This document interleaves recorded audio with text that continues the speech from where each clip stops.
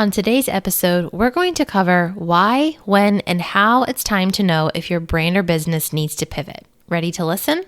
Hi there. Welcome to Create, Inspire, Convert, a podcast for business owners and marketers who are looking to deepen their knowledge about creative and experience-focused online marketing. I'm your host, Amanda Rosen. Let's get to this week's episode. So we wanted to start today's episode with a special message from Alex. Why don't you go ahead and take it away? Well, to quote the late, great Kenny Rogers, you gotta know when to hold 'em, know when to fold 'em, know when to walk away, know when to run. Wow, that was really good. You are ready for Nashville now. Yes. Do you remember Kenny Rogers Roasters? Did you ever go to that? No. His restaurant? No, in Northern Kentucky, we never, well, not that I remember anyway, having a Kenny Rogers Roasters, but I've heard you talk about it many times. I know it made quite an impression on you. The rotisserie chicken and all the country fixins, but mainly the rotisserie chicken was amazing. So besides paying tribute to a great country singer with your masterful rendition of that lyric, knowing when to walk away, is also true for a brand or a business. And that's what we're talking about today. We're talking about the art of pivoting and about how when you make these fundamental changes or you're cutting some losses of time spent into one avenue but going into another one, to keep in mind that it's going to pay dividends back because you'll be more focused and you'll be more refined. We wanted to spend time talking about this because not only is pivoting a very common thing that happens in business and basketball, especially if you're just starting out in business, and maybe if you're just, no, it's not. You always do it in basketball. But if you're a small business or a sole proprietor, it happens. And it's something that we're currently experiencing. And we thought, hey, since we're doing this, let's talk about it. Because I've helped clients with it and it can feel confusing or scary, but it's really not. So the way that we're pivoting is not major. We're changing the name of the podcast. But to the Alex Rosen Show. What? We're pivoting again? Yes. On this actual episode? It's all about me. Oh, okay. Really? No. So the pivot that we're doing is our name. We're changing our name. And if you are a subscriber, you might have actually noticed that because one day you woke up and checked your podcast app, and instead of saying marketing with Moxie, it said create, inspire, convert. And the reason that we're doing that will kind of reveal like how we came to this conclusion as we teach you what pivoting means and how to know if you need to do it, why you would need to do it, when is a good time to do it, because we've gone through this process ourselves, and I've also helped clients through the same process. And usually it starts with learning information about how your content is being consumed or the audience that you're reaching and what they actually care about versus what you thought you were going to be doing. You have to take yourself objectively out of it. I feel. And that's kind of what we did, and kind of looked and saw where we were making ground, where we were getting traction. This was a no-brainer for us. Right. And that's ultimately what it accomplishes, is it teaches you where to refine your message, because ultimately you can broaden your impact when you further refine your message. And that's really why any business or any brand pivots, to refine their message and broaden their impact to the group that they truly want to reach. So we're transitioning to this new name because it's actually a part of my consulting business that I run that focuses on experience-based mindful marketing. And the name Create, Inspire, Convert more adequately conveys that and refines the topics that we'll cover as well, because we'll be focusing on creating community, inspiring action and connection, and turning that into conversions, aka results, for your business through experiences and mindful marketing. So that's kind of that in a nutshell. Now let's talk about all the nitty-gritty details around pivoting, the why, the when, and the how behind this entire process, and how if you think you might be in a position where you need to pivot your business or your brand in some way, you can kind of figure out that process as well. Okay, so let's start with the why. Why might you pivot your business? The very first way that you would realize maybe that it was time to pivot is just through the research that you're doing. And by research, I mean you're looking at your analytics, you're looking at your insights, or you're actually reading the comments that people are leaving on your posts or on your blog, or are replying to the email newsletters that you send out. And you should be reading all of this stuff, because that's how you know, are you reaching the right kind of people, or are they responding to different things than you thought they would, or are they asking you for different things than what you're delivering? This is the type of market research that you can do. You can also go into your Facebook group if you have one and ask people's opinions. You can put up polls on Instagram stories. You can actually send out an email newsletter, which is kind of what we ended up doing. We ended up sending out an email newsletter to our list asking people which name they preferred between Marketing with Moxie or Create, Inspire, Convert. And then I also asked in the Facebook group, and it was unanimous, Create, Inspire, Convert, because people identified with that. And it more accurately conveyed what exactly we're trying to teach, what we want people to know about marketing, and the impact that we want to make. I really appreciate it as a name, even just looking at it on paper, because it's literally a process, a credo, a mantra that you can follow right in the very name itself. Yeah. And it is my signature process. Like, that is what I run my clients through. We create community, we inspire action, and that nets you conversion or the results that you want. It's a methodical process. Well, and I think the other thing, is also looking at, is there crossover in branding? Now, we did see other people that had the words marketing and Moxie in their branding as well. And there's a lot of kind of create, inspire kind of things, but there wasn't really this blend of those words together. So I felt like there was less crossover in this particular name in addition. I think that's a really important point to note, because if there are people out there that have a similar name to what you're doing, which can happen if you're a small business or even just a sole proprietor doing something, it's important to distinguish yourself, especially if you're not going to use your name as the name of your business or as the way to distinguish yourself.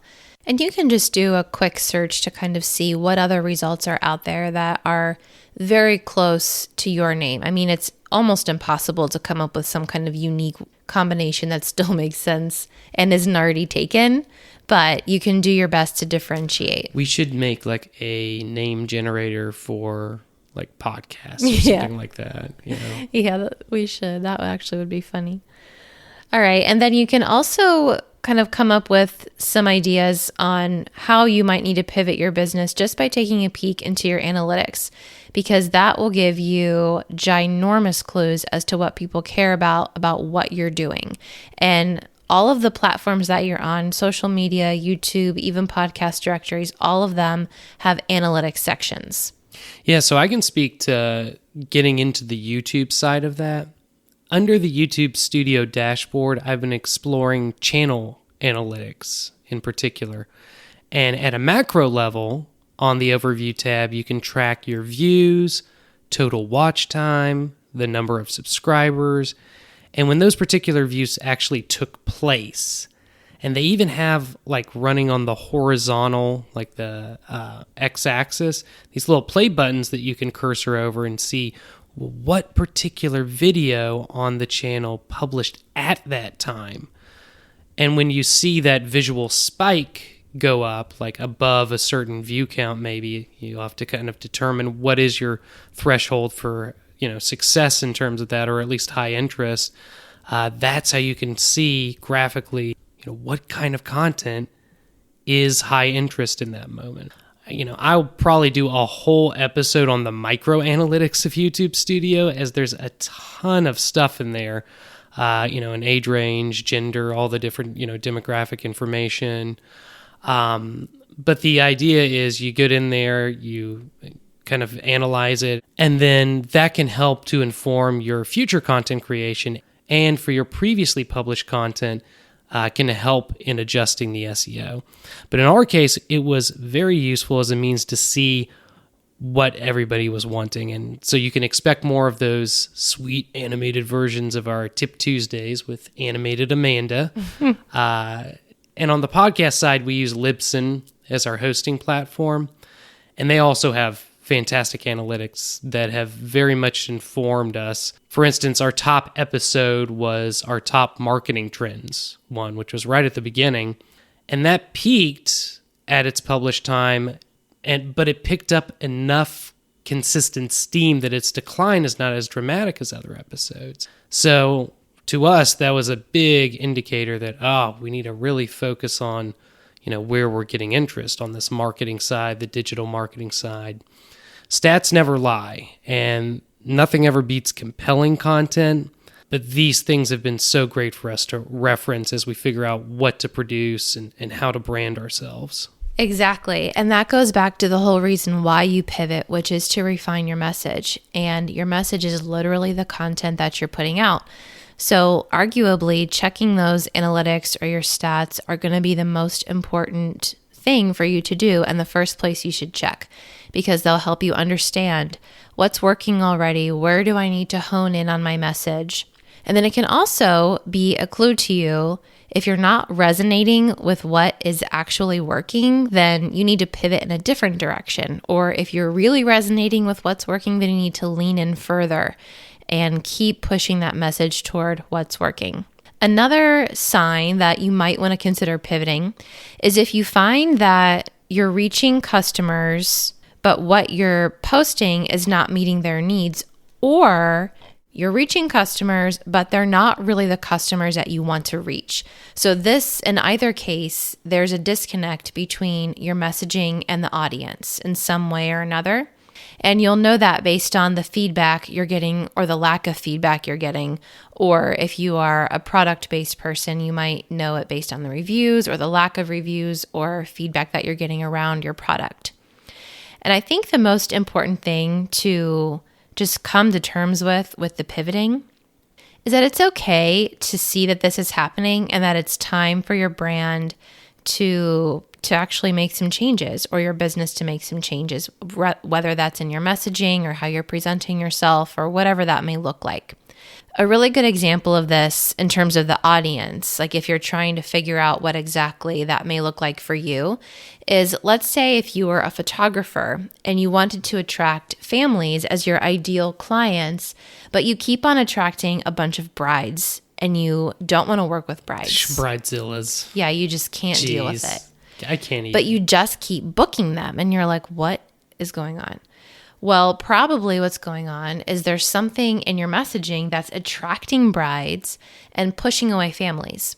It could be as simple as the types of packages that you're offering, the price point that you have, even the specific words. Like if you're naming the packages something that would signal to a family, this is not a family session. This is like a individual portrait session or something like that. So I would challenge you then to just, comb through your business with a fine-tooth comb. Well, yeah. That works, yeah. Yeah. And see what you can come up with. Because this is as much about pushing away the people that you don't want to work with as it is about attracting the people that you do want to work with. So I like what you were saying earlier about like Apple and Microsoft and how they differ their copy to attract different audiences, right? Yeah, so that's a really great example. So if you find that you are attracting to your business people that you don't want to work with, think about these two companies, Microsoft and Apple, and just think about the type of people that are usually interested in those two very different brands. They're in the same space, they sell the same products, but they have very different positioning. They have very different messages, different words that they use, different colors, different vibes, and as a result, they attract two totally polar opposite people, to be honest. I think another good example, honestly, is like Nintendo and Sony with like PS4, PS5 coming out. Nintendo has in all of their ads, it's people playing together, and it's very family. Kids and families, and dad's playing Luigi's Mansion with me or whatever. And so obviously that kind of reiterates something that we already know, that Nintendo is the family-friendly, gaming system. And so they're attracting that very, specific audience. In fact, we're going to be buying additional Switches for our household for kids' birthdays. Yes. Exactly, because their messaging worked. It attracted a family to the brand. So that's what I mean. Think about who you're attracting and who you want to attract, and then get into their brain and think about, Alex is laughing at me, and think about. It's just a funny image, but go ahead. Think about what they need to hear from you. What do they expect to hear? What are the things that they're into? What words, what references, what cultural things, what colors, what fonts can you use that's going to appeal to that demographic or that group that you want to work with? All right, now let's talk about when you would pivot your business. So the timing, like obviously there's never a great time to pivot your business, but the earlier you can do it, the better. And you'll find, like in our case, very early on, if you're just beginning, you're putting out content, you're interpreting the results, seeing what's working, what's not working, you can probably make some decisions pretty early on. But sometimes it happens that you'll get into your business like a year or two or more down the road, and you'll realize that maybe you no longer identify with what you're doing and it's time to make a change. Or like we said earlier, you are bringing in the wrong kind of people that you don't want to work with and it's time to make a change. So it really just depends on, what you've got going on. Well, and I would say it depends on if you're needing like a name change or like all of the branding. And there's some things that you kind of have to like, okay, we're going to work with transitioning to this as a going forward.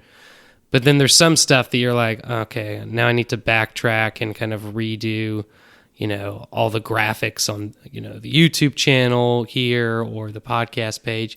And, obviously that's worth the time investment because going forward, that's going to be your solid image that you're putting out there. But it's certainly easier to do if you figure that out earlier on, for sure. Exactly. Like we did, right? There's not as much content to have to backtrack.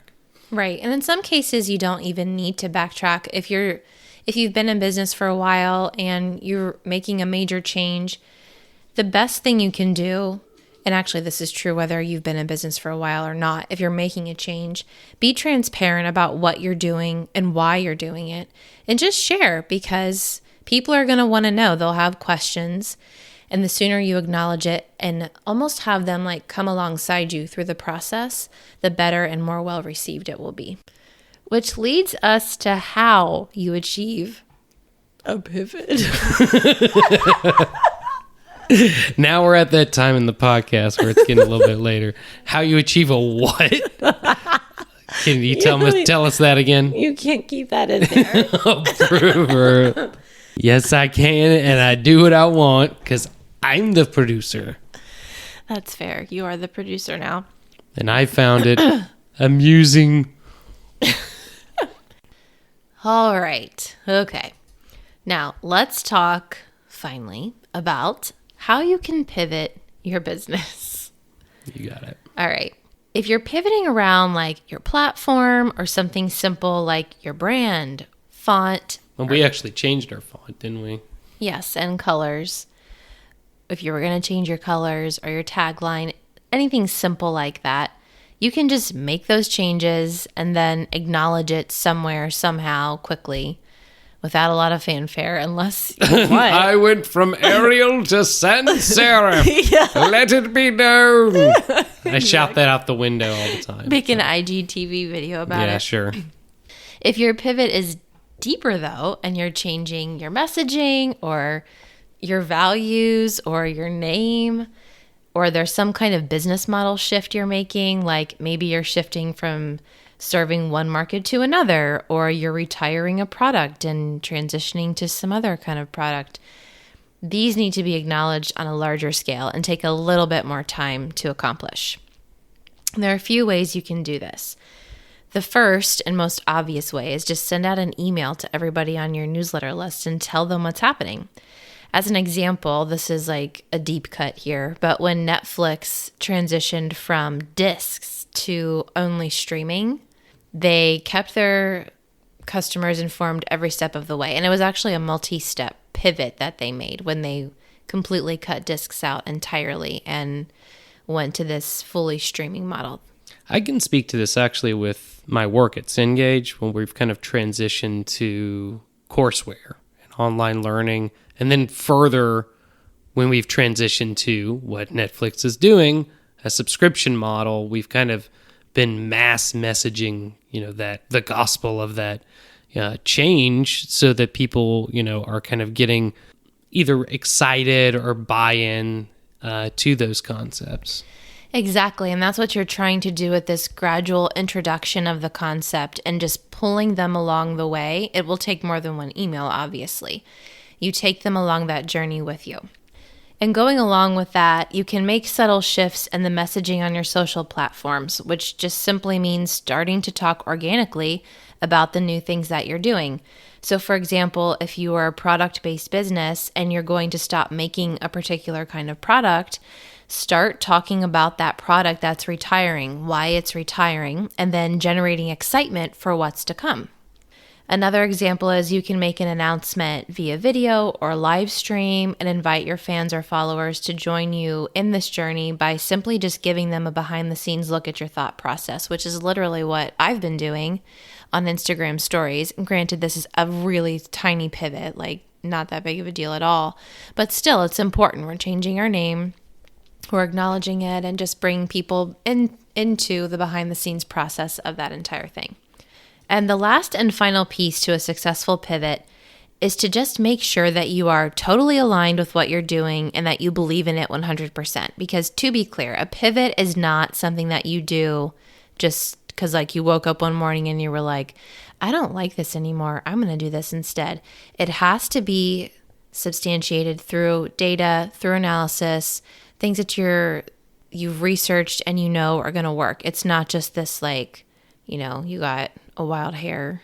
Ew, I hate that. Why did I even start to say it? I hate that phrase. That's all right. Strike it from just your think memory. of it as a rabbit, a wild hair instead. That's better. Let's go with that one.